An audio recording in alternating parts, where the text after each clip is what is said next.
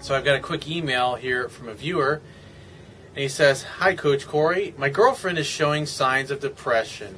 Since I've struggled with depression myself, I recognize the signs: constant negativity, self-loathing, and refusal for help. I know it has to do with the slump she's in. She's stuck with weird work hours, our conflicting schedules, and it's causing us to spend less time together, etc. And based on listening to her talk, I want to help her, but because she refuses help, something I know all too well, this makes it hard. How should I go about handling this?"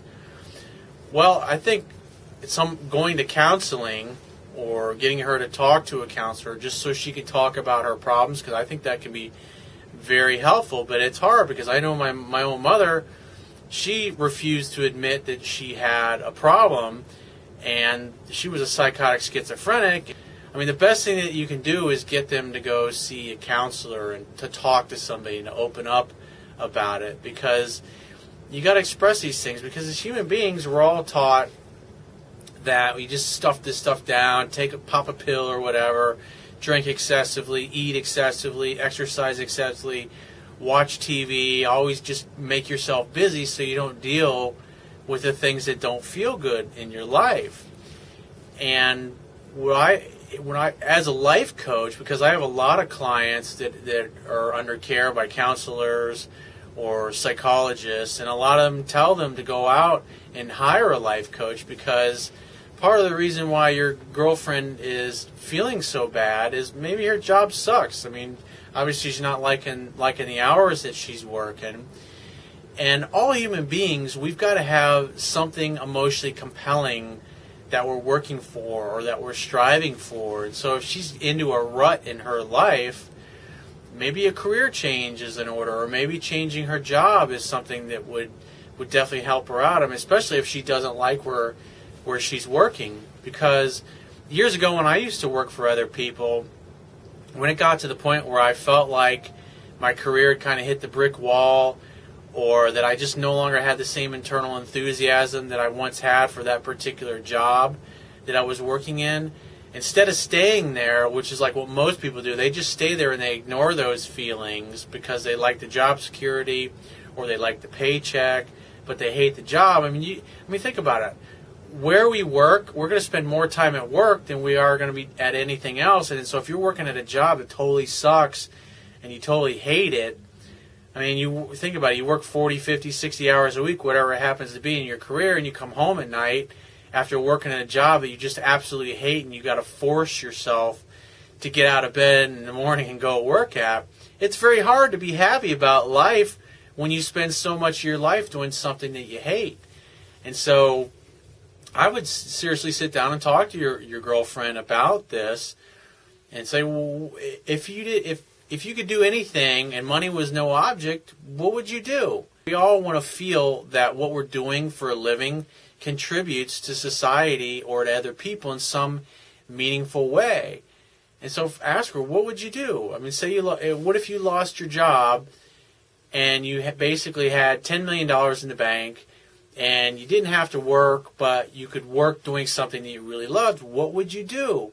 And it's the type of thing that would give you goosebumps, the type of thing that it would bring tears to your eyes if you could one day be doing it and impacting people's lives in a meaningful way, whether it's cleaning houses for a living or inventing some great product that changes the lives of millions of people, or being a teacher or being a doctor or a firefighter or going in the military, whatever it happens to be. All human beings, we've got to feel that our gifts and our talents and our skills mean something, that they contribute to society in some kind of meaningful way. And so by helping her come up with something that's emotionally compelling to her, maybe it's changing a job or a career, or maybe going back to school and working at something that makes her feel fulfilled, so when she wakes up in the morning, she jumps up out of bed and is excited to go to the office, is excited to go work and do something. Then when she comes home, she's going to be talking about all the great things that she did at work that day. And when you go out on your dates, she'll be excited about all the things because she'll feel like her contribution means something. And at the end of the day, you can't necessarily immediately change your life circumstances, but you can always change what they mean to you.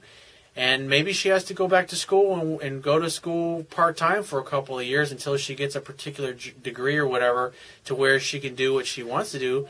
But at least that way, she'll be on a path. She'll be moving towards it. She'll have something that she's working for, a goal that she's working for. That's what a lot of, like I said, a lot of the psychologists and counselors that send clients to me, that's what I help the clients with, is help them come up with a emotionally compelling vision for their life. Help them figure out what's most important to them.